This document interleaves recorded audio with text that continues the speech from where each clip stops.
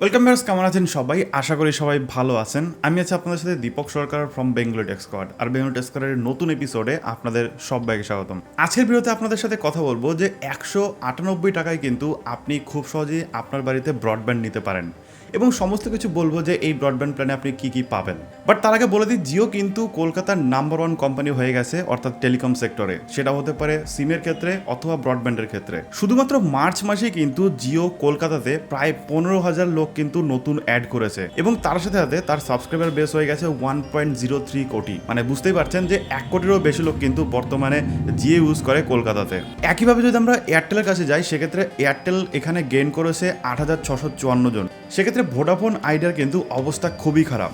অন্যান্য কোম্পানি যেখানে subscriber gain করছে, কিন্তু ভোডাফোন আইডিয়া কিন্তু সেটা লুজ করছে। অর্থাৎ ভোডাফোন আইডিয়া প্রায় 34,693টা সাবস্ক্রাইবার কিন্তু লুজ করেছে শুধুমাত্র কলকাতায়। তাহলে বুঝতে পারছেন যে অল ওভার ইন্ডিয়াতে তারা কী পরিমাণ সাবস্ক্রাইবার লুজ করছে। তার একমাত্র রিজন হচ্ছে 5G।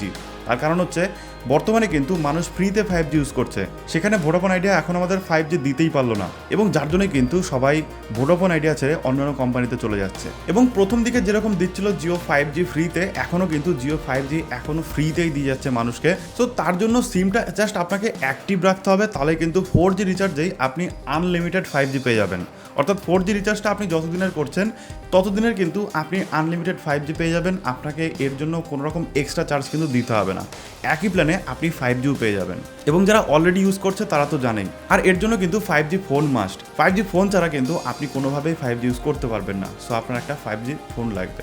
ওকে, এবার আসি যে মেন কথায়, অর্থাৎ ব্রডব্যান্ডে যে 198 টাকার প্ল্যান ছিল সেটা কিন্তু একমাত্র আপনাকে জিও প্রোভাইড করছে এবং এই প্ল্যানের নাম হচ্ছে ব্যাকআপ প্ল্যান। অর্থাৎ আপনার কাছে যদি 10 MBPS এর কোনো প্ল্যান লাগে, সেক্ষেত্রে আপনি এই প্ল্যানটা ইউজ করতে পারেন। অর্থাৎ আপনার যদি দরকার পড়ে যে আপনি জাস্ট একটা ব্রডব্যান্ড কানেকশন রাখবেন এবং সেটা দিয়ে হয়তো আপনি টিভি চালাবেন বা ফোন চালাবেন, আপনি হয়তো ফেসবুক হোয়াটসঅ্যাপ করবেন, টুকটাক কোনো কাজ করবেন, অফিসিয়াল কাজ করবেন, সেক্ষেত্রে কিন্তু আপনার এটা মোর দ্যান সাফিসিয়েন্ট হয়ে যাবে। এবং মাত্র 198 টাকার ব্রডব্যান্ড প্ল্যান কিন্তু মানে কোথাও পাওয়া যায় না।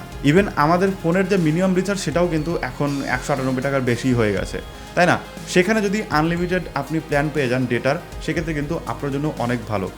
যদিও বা এই প্ল্যানের সাথে কিন্তু কোনো রকম আপনি কলিং বেনিফিট পাবেন না, যেটা হচ্ছে জিওর হায়ার সেগমেন্টে পাওয়া যায়। তবে আপনার যদি কলিং বেনিফিট দরকার না পড়ে ব্রডব্যান্ডের থেকে, সেক্ষেত্রে কিন্তু আপনি আরামসে এই প্ল্যানটা ইউজ করতে পারেন। এবং লোকজন কিন্তু নিচ্ছেও ব্রডব্যান্ড প্রচুর পরিমাণে। এবং শুধু কলকাতাতেই যদি দেখেন, মার্চ মাসে শুধুমাত্র কলকাতায় 13,000 ব্রডব্যান্ড লাগিয়েছে জিও।